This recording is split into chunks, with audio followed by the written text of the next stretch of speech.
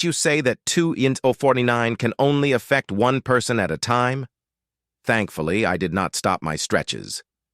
When sealed artifact 2-49 enters its berserk mode, it can affect up to 2 people at once. We can confirm that Ray Bieber is indeed a descendant of the Antigonus family, Ayur Harson said with a mechanical tone. Lata let out a faint laugh. She looked at Klein and said, 2-49 becomes very agitated when it meets a descendant of the Antigonus family, even if only their scent remains. Its abilities would also increase considerably. I believe you would be able to understand its feelings. Well, I don't, Klein asked curiously. So, is it a living creature? Lata smiled, but did not reply him directly. You'll know in a while. As long as Ray Bieber hasn't escaped Tingen, 2-49 will lead us to him. Klein could only put his other questions on hold as he walked around the room with the Nighthawks. Amid the loud and violent thumping from the chest, they locked the door, walked down the stairs, and returned to the carriage. Ayur Harson looked out the window several times and confirmed that there were no pedestrians within a 5-meter radius of them. He then placed the black chest on the ground and twisted the mechanical switch to release its spiritual restraints. The violent thumping stopped suddenly, slipping the entire carriage into silence. Not even the breaths of the Nighthawks could be heard. Klein held his breath as the black chest opened slowly. A sharp creak that hurt his ears could be heard. Creak! The chest fell as a slender brown arm extended out of the chest. It was about the length of a child's finger.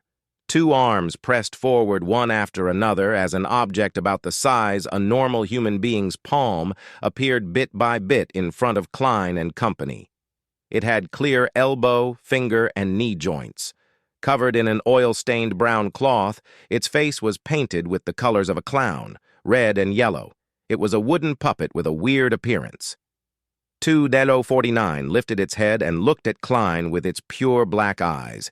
Its rigid mouth slowly parted to reveal a clown-like smile. Chapter 72. Tracking. The wooden puppet's face was painted in red and yellow like the common clown. The corners of its mouth were upturned high, revealing an abnormally comical smile. Its lips parted to reveal a dark and deep mouth. Klein, who had locked his gaze with it, felt his hair stand as intense horror leaped out of his heart in an uncontrollable manner. Everything before his eyes grew dull, as though he was looking at the world through a piece of thick brown glass. Klein's thoughts slowed down gradually, and he instinctively wanted to ask for help, but his neck seemed to be held tight by a rope. He couldn't make a single sound, and the single word was trapped in silence. Just then, Dunn noticed his arm exercises becoming sluggish and pushed him heavily. The brown glass before Klein's eyes shattered in an instant. He blurted out the word help, which had remained dormant in his throat. It reverberated within the carriage with sharp panic. "It's getting stronger," Klein spoke in a very certain tone. Being next to a strange, sealed artifact like 2-49 really placed on in terrifying peril if they were not careful. No, it was totally impossible to guard against it. It could only be avoided through other methods. "It's normal," Ayur Harson said steadily, nodding. Lata chuckled. "It seems to like you? Don't worry. It is a relatively less dangerous Grade 2 sealed artifact." In her naturally languid voice, the puppet whose joints clearly reflected a human's stood up. It began tottering towards its left. Its action was incomprehensible, just like a steam engine that someone had rusted due to a lack of lubricating oil. Robot dance. Klein suddenly had the few Chinese words pop into his head. He had a new guess of the danger 2-49 posed. It assimilates the living things that it seizes control of. If I am not woken up in time by the others, would I have become a human-sized puppet? A real-life Barbie doll? Just as thoughts flooded Klein, Ayur Harson was awoken by Dunn. He extended and bent his arms as he pointed in the direction that the puppet was walking slowly towards. He said to Leonard, who was driving the carriage, "Over there." Leonard couldn't make the carriage pass through the building, so he had to detour. During the detour, 2049 constantly adjusted the direction that it was facing. It acted like a compass that pointed towards the Antigonus family. Upon seeing the scene, Klein, who was constantly exercising his arms, nearly burst out laughing under the tension. "I heard that 2049 was created by the Antigonus family. Is this an act of loyalty or the perfect example of screwing things up?" Leonard drove the carriage according to Ayor Harson's occasional instructions. Whenever the strange puppet 2049 walked to the edge of the carriage, Ayor Harson would pull it back and start it all over again. Every time that happened, its mouth would open and two people would be under its influence simultaneously. Klein's taut feelings gradually began to relax. He realized that sealed artifact 2049 was not as scary anymore. As long as there were more than 3 people present and they constantly maintained their arm motions, if they made sure to wake their partners in time, 2049 was merely a puppet with slightly unique characteristics. The carriage traveled at high speed and quickly arrived at the harbor, where warehouses were clustered. After circling a few times, they confirmed that 2049 intended to enter the innermost grayish-white warehouse. Ayor Harson's expression turned solemn. He grabbed the puppet carefully and stuffed it back into the black chest. Thump, thump, thump! Under constant ferocious knocking, Ayor woke up again and again with the help of Borgia and Lata as he activated the mechanism with great effort. He then injected his spirituality and activated the star and crimson symbols on the chest. At the reappearance of the formless seal, Ayor Harson let out a long, heavy breath. "Let's get down," Dunsmith said with a low and mild voice. "Leonard, tying the horse here will do." Dressed in windbreakers, suits, or shirts, the 6 left the carriage and walked into the innermost warehouse. As they walked, they uniformly stretched and bent their arms. This added a comical and ridiculous vibe to the rather tense situation. The Nighthawk awkward dance squad. Klein could only complain inwardly to ease such a feeling. However, there was no other way around it. According to his observations, 2049 first affected the upper body. Therefore, to detect it in time to prevent a more dangerous situation from developing, they only had the choice of extending and bending their arms, shake their necks or bodies. However, the latter only made one look like a hooligan. As for actions like blinking eyes and striking one's eyebrows, they were either too easily ignored or the action was too big. Neither was a good option. This awkward dance squad is better than Causeway Bay 1 Triad members. Klein sighed in resignation and followed Captain Dunsmith and company. As they approached the warehouse's door, the deeper his anxiety and worry became. No one knew what kind of effect the notebook had on Ray Bieber. If something dire happened, Klein did not dare pin his hopes on transmigrating again. Furthermore, he discovered that he could still be injured and bleed while chopping ingredients for dinner. The speed at which he recovered at was normal, too. He wasn't some kind of monster that was impervious to combat or death. As they walked, Dunn suddenly lowered his non-moving hand and made a pressing gesture to beckon everyone to stop 10 meters away from the warehouse's door. "Klein, divine if there is any danger in the warehouse. It'd be better if you could tell the level of danger," Dunn said as he turned his head to Klein. His gray eyes looked deep as usual. There was no fear. Klein gave an unnoticeable nod and stopped the hand exercise. He extended his right hand to his left cuff and removed the silver chain that had a hanging piece of topaz. As he was still moving his arms, Dunn realized his sluggish actions in time and woke him up with a nudge. Klein held the silver chain with his left hand and allowed the topaz to hang down naturally. Simultaneously, he moved his right arm, but with a much smaller range of motion. When the topaz stabilized, he half closed his eyes, outlined the spherical light, and entered cogitation. He then mumbled, There's danger in the warehouse. There's danger in the warehouse. After 7 times, he opened his eyes and saw the hanging topaz slowly going in clockwise circles. It turned faster and faster, and in the end, Klein felt like it was pulling his left hand. "There's danger, great danger," Klein replied honestly. Clockwise meant affirmation to the chanted statement, while counterclockwise meant denial. To other Beyonders, even a mystery prior using spirit dowsing could only determine if there was danger, but it was unable to obtain information regarding the level of danger. However, Klein discovered that when he used spirit dowsing, the pendulum would spin at different speeds, revealing the degree of the answer. Although it was not very accurate and extremely vague, it allowed one to have a rough assessment of the actual situation, as expected of a seer potion. Klein was rather happy with the outcome. Just as he was about to put away the topaz pendulum, Leonard Mitchell, who had maintained his silence, suddenly spoke. "Divine if there is danger around us also." Dunn nodded in agreement. "Yes.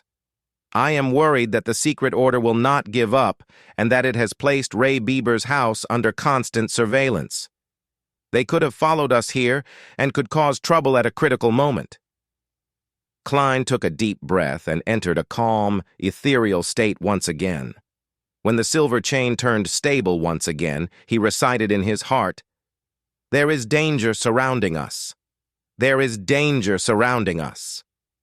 After repeating the statement, Klein opened his eyes and looked at the silver chain. In his dark brown eyes, the topaz pendulum first moved counterclockwise with difficulty. Then it suddenly paused and started moving clockwise. "There is danger surrounding us." Klein felt a tug on his heartstrings as he spoke carefully. Furthermore, someone had tried to intercept his divination, but had lost to him in the invisible fight. Just as he spoke, an orange-yellow fireball the size of a fist flew towards them. It came crashing towards the middle of the group with its blazing speed.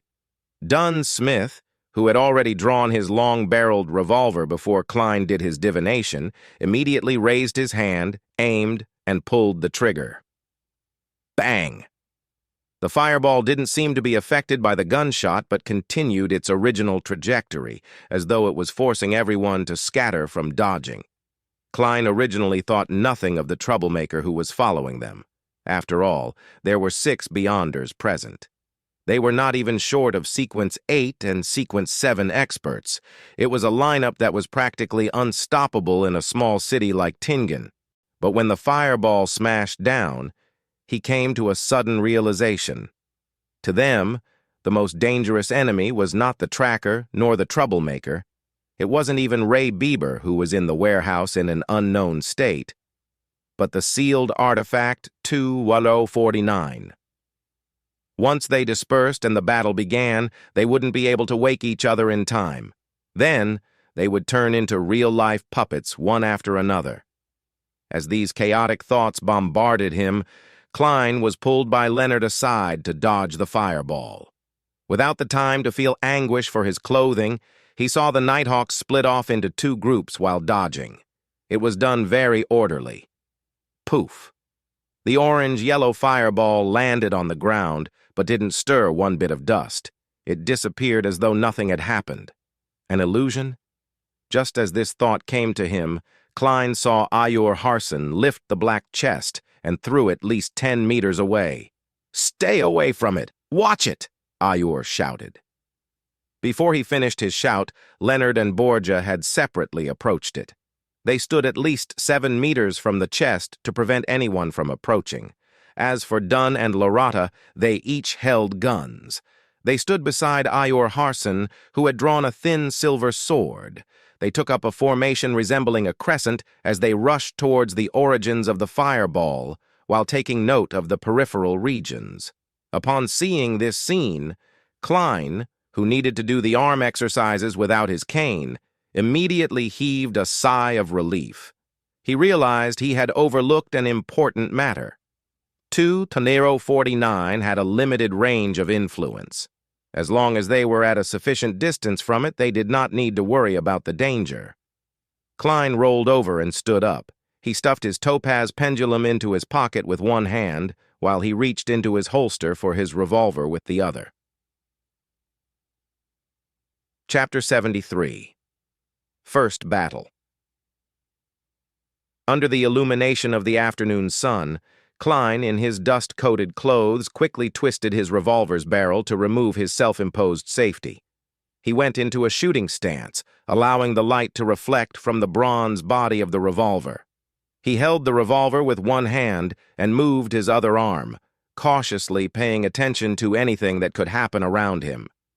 At the same time, he was a little worried for Captain Dunn and Mr. Ayer Harson. After all, both were nightmare beyonders who specialized in influencing the enemy from the shadows. He did not know if they were adept at direct combat. Just as Klein was having these considerations, Ayer Harson slowed down, his expression becoming serene and peaceful. He opened his mouth and recited a peaceful poem, one that seemed to place a person into the night. When once the sun sinks in the west, and dewdrops pearl the evening's breast, almost as pale as moonbeams are, or its companionable star, the evening primrose opens anew, its delicate blossoms to the dew, and hermit-like, shunning the light, one. The recital reverberated around them. Klein nearly lost his tense feelings and completely relaxed. He was lucky that he had experienced something similar before and was not facing Ayer Harson. Thus, he quickly collected himself and entered a half-cogitative state to combat the influence of the poem. Phew. He let out a sigh of relief. He no longer had any doubts about Dunn's and Ayer's direct combat abilities. As he had only advanced recently, and still did not have a deep understanding of Sequence potions, Klein had forgotten that the Sequence 7 Nightmare was the advancement of Sequence 8 Midnight Poet. They could keep whatever abilities they had before and, in fact, enjoy a small increase in their abilities. The impression Klein had of Midnight Poets all came from Leonard Mitchell. He knew that this job inherited the unique traits of a sleepless. They were good at combat, shooting, climbing, and sensing. They were also adept in influencing the living creatures around them through the use of various poems. In simpler terms, they were violent poets. While Ayer was reciting his poem, the large wooden crates stacked up around them seemed to suddenly ripple like water. A man wearing a black tuxedo and halved top hat appeared. But this man's face was painted in 3 pastel colors: red, yellow, and white. The sides of his lips were arched high like a clown, forming a ridiculous contrast with his formal wear that was suitable for joining an evening banquet. Thud! Thud! Thud! The black-haired Lata, who had been introduced as a sharpshooter, charged forward quickly. She had a gun in one hand and had clenched the other into a fist. She made it within inches of the suited clown in a few steps. The suited clown seemed to be affected by Ayer Harson's poem. His body was swaying, and he had a peaceful expression in his eyes. He did not have any desire to retaliate. Lata tilted her body with a boxing maneuver as she pulled back her fist, then punched toward the suited clown's face. Bang! The air crackled as the suited clown shattered suddenly like a mirror, pieces quickly evaporating and vanishing into thin air. At this moment, the suited clown quickly appeared once again in the shadows of the wooden crates a few steps away. The suited clown's figure outline quickly appeared again. The person under the influence of the poem was only an illusion. It was a performance. The suited clown grinned again. It had a comical look as he pressed down on his halved top hat with one hand and pointed a finger gun with the other. Bang! The sound of a shot rang from the finger gun. Lata fell to the left and rolled on the floor, dodging the attack. But nothing had happened, except for the fake gunshot. Bang! Bang! Bang! Dunn and Ayer each lifted their guns and fired steadily. The suited clown dodged adeptly, sometimes to the right and left, sometimes rolling on the ground. It was as if he was an acrobat act in a circus. Suddenly, Lata surprisingly charged forward again. Despite being called a sharpshooter, she was still using her fists. Bam!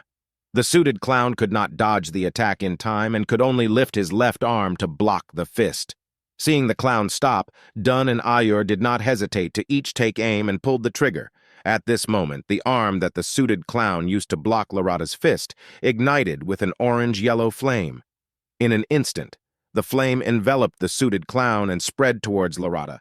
Bang! Bang! Dunn and Ayur fired their revolvers, hitting the ball of flame. The flames burned rapidly, and soon, all that was left were black ashes floating in the sky.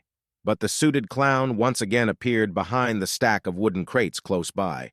He lifted his right hand and pointed a finger gun once again. Bang! Amid the illusory gunshot, Lata suddenly stopped in her tracks. She did not charge forward. Mud was splattering in front of her as a bullet appeared. The suited clown was no longer delivering an illusion with this strike. It was hard to discern real from fake, reality from illusion. Bang! Bang! Bang! The suited clown shot at Dunn and Ayur repeatedly while hiding away and appearing at random times. Upon seeing this, Lata squinted and lifted the dull gold revolver in her left hand. Bang! The suited clown suddenly squatted down, avoiding the fatal shot. His halved top hat was sent flying backward, falling to the ground. The bullet had left a visible scorch mark on the hat. After rolling a few times on the floor, the suited clown scaled the stacks of wooden crates with the agility of a monkey. He shot air bullets out of his finger gun from the high ground. Ayur Hansen took a few steps back and lowered his gun. He began his recital once again. Wastes its fair bloom upon the night, who, blindfold to its fond caresses, knows not the beauty it possesses. The suited clown jumped repeatedly between the crates. He suddenly raised his hand to scratch his ears and looked at Ayur with a comical smile. Could he have stuffed his ears? The sequence potion that the secret order possesses sure is weird. Klein observed the fight from far away as he made silent guesses. Just as his thoughts flashed through him, he suddenly saw a figure appear at the top of a warehouse beside him. Furthermore, it was running straight inside where Ray Bieber was hiding. That figure was dressed in a grayish-white uniform, one which workers at the docks wore. His face also appeared to be painted red, yellow, and white. The suited clown is responsible for distracting Captain and the rest while the other person retrieved the diary? Klein instinctively raised his right hand and shot at the figure on the roof. He had just taken aim when the figure suddenly squatted, switching from running to rolling on the ground. Bang! Klein did not stop pulling the trigger. He saw the figure suddenly pause, blood blooming in a spurt. The figure looked at him in shock. While bearing the pain, he continued charging into the warehouse. That felt like a lucky shot. Klein twitched his lips and pulled the trigger once again. This time, the bullet hit the wooden roof beside the figure. Bang, bang, bang! Leonard and Borgia also shot but did not hit the figure. Klein wanted to criticize how terrible their shooting skills were as compared to his when he suddenly stopped pulling the trigger. That's right! Why must we stop him? Didn't I divine that there is grave danger in the warehouse just now? Wouldn't it be great if we let that guy be the vanguard and step on the landmine for us? Leonard and that Mr. Borgia must have had the same idea. With this thought, Klein lifted the barrel of his revolver and shot at the sky. Bang! Bang! Bang! As the gunshots rang, the figure managed to reach the innermost region of the warehouse unobstructed. He lunged downwards, slamming into the roof as he fell down with the collapsing roof. Immediately following the commotion, the black-haired Lata's eyes suddenly turned black. Her left hand began making a strange pulling action. The suited clown's jumping action suddenly came to a pause as his ankle seemed to be grasped tightly by an invisible hand. Dunn did not shoot immediately, and instead pointed his revolver downward. He opened his mouth, and by simply using his spirituality to resonate the air around him, he produced a strange, faint, and ethereal voice without the use of his throat. Thus it blooms on while night is by. When day looks out with open eye, bashed at the gaze it cannot shun, it faints and withers and is gone. The suited clown suddenly became limp, as if he had lost the desire to live. Ayur Hansen lifted his handgun and took aim, his finger pulling the trigger immediately. In that split second, there was an abnormal and tragic wail that came from the warehouse. Ah! The cry contained immense fear, as though he had encountered an unimaginably terrifying matter. The hair on Klein's body stood on end. The tragic cries came to a sudden stop as silence was restored in the deepest parts of the warehouse. It was a skin-crawling silence. Bang! Affected by the cry, Ayur only managed to shoot the suited clown in the belly. Ha! Ha! Ha! The silence was once again broken from the deepest depths of the warehouse.